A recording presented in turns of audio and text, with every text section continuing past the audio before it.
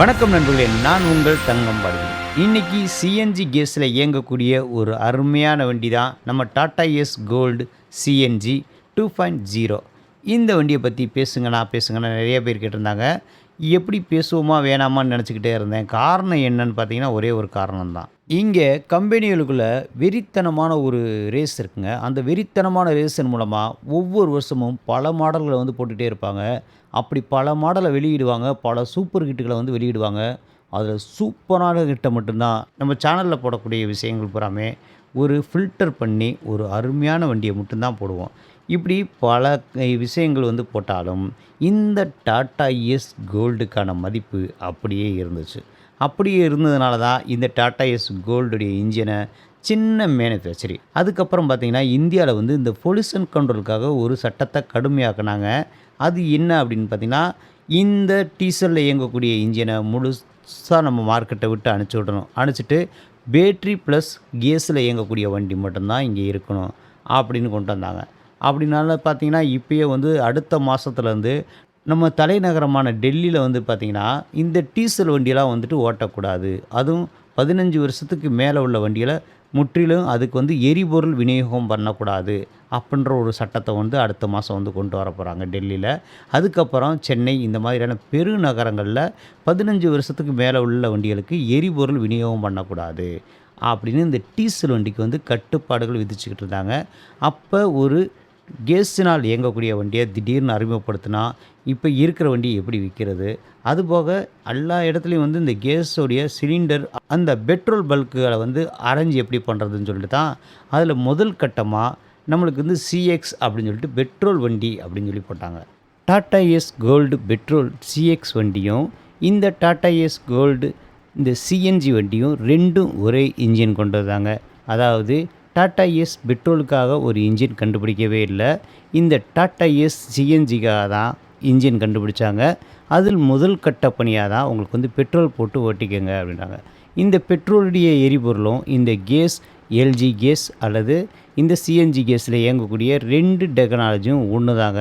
அதனால் வந்துட்டு நீங்கள் எதுவும் குழப்பிக்க வேணாம். டீசல் வண்டி இன்ஜினுக்கும் பெட்ரோல் வண்டி இன்ஜினுக்கும் சின்ன வித்தியாசம் தாங்க. அதாவது டீசல் வண்டி இன்ஜின் வந்து அந்த ப்ரெஸ்ஸிங்கிலே வந்து ஃபயர் ஆகி அந்த பிஸ்டன் வந்து ரன் ஆகும்.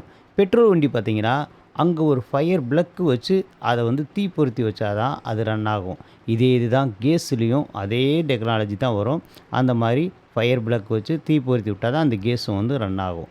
Engine type 4 stroke water cooled multi point gas injection dedicated CNG engine. 4 stroke அப்படின்னா ஒரு முறை அந்த ஃபியூலை வந்து உரியும், 2வது முறை அதை அப்படியே டைட் பண்ணும், 3வது முறை அதை ஃபயர் பண்ணும், 4வது முறை அங்கே ஒரு அந்த வெடிப்பு ஏற்பட்டு அந்த புகை வந்து வெளியே போயிடும். இதுக்கு பேர் தான் வந்து 4 ஸ்ட்ரோக் அப்படின்றாங்க. 2வது இந்த வாட்டர் கூல் அப்படின்றது என்னென்னா, இந்த 4 ஸ்ட்ரோக் இன்ஜின் பார்த்திங்கன்னா நம்ம பைக்கில் இருக்குது பார்த்திங்களா, அதே மாதிரி தான் டைப்பு, அதே டெக்னாலஜி தான். ஆனால் அதில் பைக்கில் பார்த்திங்க அப்படின்னா நம்ம காற்றே வந்து கூலிங் பண்ணிடும் அந்த இன்ஜினுடைய மண்டப்பகுதியை. இதில் பார்த்திங்கன்னா நம்ம தண்ணியை வந்து ரேடிட்டரில் வச்சு கூல் பண்ணி அந்த இன்ஜின் பேரல் இதை சுற்றி வந்து அனுப்பிச்சிவிடும். அதுக்கு பேர் தான் வாட்டர் கூல் அப்படின்றாங்க. இந்த மல்டி அப்படின்னா உங்களுக்கு வந்து பெட்ரோல்லையும் இயங்கும், அப்படியே கேஸ்லேயும் இயங்கும் அப்படின்னு அர்த்தம். இந்த இன்ஜினுடைய தனித்தன்மை என்னென்னு பார்த்திங்கன்னா, இந்த சிஎன்ஜி கேஸ் மூலமாக ஃபயர் ஆகும்போது அதிலிருந்து அந்த வண்டி தப்பிக்கிறதுக்காக அந்த மெட்டீரியல்லாம் தப்பிக்கிறதுக்காக ஸ்பெஷலாக உருவாக்கியிருக்கிறாங்க. Engine power 26 HP. ஹெச்பி அப்படின்னா இது வந்து ஒரு ஹார்ஸ் பவர் அப்படின்னு அர்த்தம். அதாவது ஒரு ஆரோக்கியமான குதிரையோட இழுவைத்திறன் அப்படின்னு அர்த்தம். Engine torque 2000 to 2500 RPM. Engine credibility 28%. அதாவது அந்த இன்ஜினுடைய தன்மை இழுவத்தன்மையை வந்து சொல்கிறாங்க. அப்படி ஸ்டியரிங் மேனுவல். பவர் ஸ்டியரிங் அப்படின்னா உங்களுக்கு உள்ள ஒரு கம்பர்சிங் ஆகி நம்ம திருப்பும் போதே அந்த கம்ப்ரஸிங் பவரும் வந்து திருப்பும். அதுக்கு பேர் தான் பவர் ஸ்டியரிங்.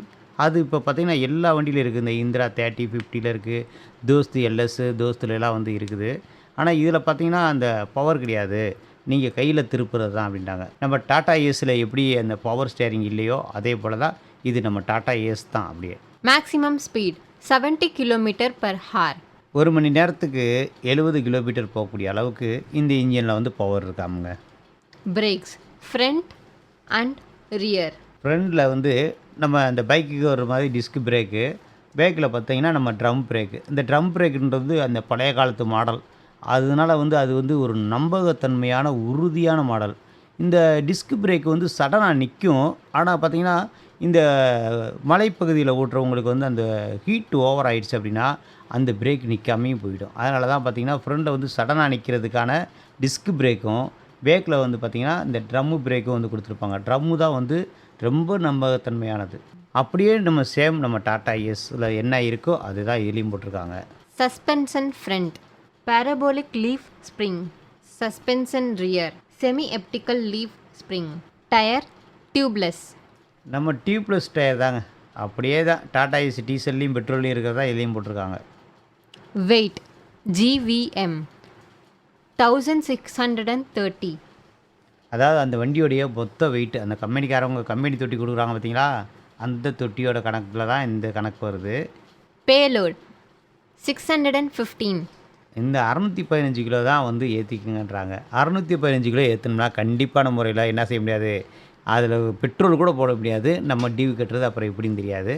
அதனால குறைஞ்சது ஒரு 1 1/2 டன்லேருந்து 2 டன் வந்து ஏத்திக்கலாம். seats driver plus 1, warranty 3 year or 1 lakh kilometer, அதாவது கேரண்டி அப்படின்னா தான் மாத்தி குடுப்பாங்க. வாரண்டி அப்படின்னா பராமரிப்பு. அதாவது அங்க மெயின்டெனன்ஸ் பண்ணுவாங்க. சும்மா வாய் ப்ராமிஸ் அதாவது வாயில சத்தியம் அப்படின்னு சொல்லுவாங்க பாருங்க. அந்த மாதிரியான ஒரு விஷயம் தான் இது. அதில பார்த்தீங்கன்னா, இந்த 3 வருஷத்துக்குள்ள பண்ணிறணும். அதாவது நீங்க கிலோமீட்டர் ஓட்டலன்னா 3 வருஷத்துக்குள்ள பண்ணிறணும். இல்ல நீங்க 10 நாள்ல 1,00,000 கிலோமீட்டர் ஓட்டிட்டீங்கன்னா 10 நாளுக்குள்ள பண்ணிறணும். அதுக்கப்புறம் வந்து அந்த கேரண்டி வந்து செல்லாது. நம்ம சேனல்ல போடக்கூடிய விஷயங்கள் பூராமே ஒரு ஃபில்டர் பண்ணி ஒரு அருமையான வண்டிய மட்டும் தான் போடுவோம். அப்ப இந்த சிஎன்ஜி கேஸ் வண்டி யாருக்கெல்லாம் யூஸ் ஆகும் அப்படின்னு பார்த்தீங்கன்னா, இந்த பாயிண்ட் டூ பாயிண்ட் இங்கே ஏத்துறோம், அங்க இறக்குறோம்.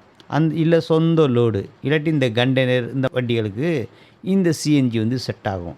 இதே இது லோக்கல் உருட்டுக்கு அப்பப்போ ரூ. 500க்கு பெட்ரோல் போடுறது, ரூ. 200க்கு டீசல் போடுறது இந்த மாதிரியான ஆளுகளுக்கு, நம்மள மாதிரி லோக்கல் ஆளுகளுக்கு செட் ஆகிற வண்டி எதுன்னு கேட்டிங்கன்னா, நம்ம CX petrol Tata Ace Gold CX petrol தான் நம்ம லோக்கல் உருட்டுக்கு நம்மள மாதிரி ஏலபாளையலுக்கு செட் ஆகிற வண்டி. இது ஏன் இந்த வண்டி ஏலபாளையலுக்கு செட் ஆகும்னா, இது ஒரு 5 லட்சம் 5.5 லட்சத்துலேயே முடிஞ்சிடும். அப்படின்னும்போது அந்த இஎம்ஐயும் பார்த்தீங்கன்னா, ஒரு 12,000 அல்லது 11,000க்குள்ளேயே ஈஸியாக கட்டிடலாம். அப்படின்னும்போது தட்டு முட்டு அந்த வண்டியை வந்து மிச்சப்படுத்திடலாம். இது நம்ம ஒரு 20,000 17,000 வந்து கட்டுற மாதிரி இருக்கும். இப்போ நம்ம ஒரு டீசல் வண்டி எடுத்தோம்னா 17,000 கட்டுற மாதிரி இருக்கும். அப்படின்னும்போது ஒரு மாதம்ன்றது ஒரு நாள் போல் போயிடும். அப்படின்னும்போது நம்ம கட்டுறது ரொம்ப கஷ்டமாயிரும். அப்படின்னும்போது நம்ம அவ்வளோ கட்டுறதுக்கு பேசாம இந்திரா 30 எடுத்தோன்னு வைங்களேன், அது பார்த்தீங்கன்னா மார்க்கெட்டில் வந்து நிற்கிற வண்டி. அதாவது நான் சொல்லக்கூடிய வண்டி பூராம் வந்து பார்த்தீங்கன்னா, எத்தனை வண்டிகள் வந்தாலும் அதில் வந்து ஸ்டாண்ட் பண்ணக்கூடிய வண்டிகளை மட்டும்தான் நான் குறித்து சொல்வேன். மற்ற வண்டியை குறை சொல்ல முடியாது. ஏன்னா வந்து அதுக்கு பின்னாடி ஏகப்பட்ட மனிதர்களுடைய உழைப்பு இருக்கும்போது அதை போய் நம்ம ஈஸியாக வந்து குறை சொன்னோம்னு வைங்களேன், அது வந்து தவறாக போயிடும். திட்டம் தீட்டி கட்டம் கட்டி பாயிண்ட் டு பாயிண்ட் ஓட்டுறவங்களுக்கு இந்த வண்டி ரொம்ப செட் ஆகும். நம்பி எடுக்கலாம். CNG gas Tata Ace Gold CNG gas 2.0 நம்பி எடுக்கலாம். இப்படிக்கு உங்கள் தங்கம்பாடி.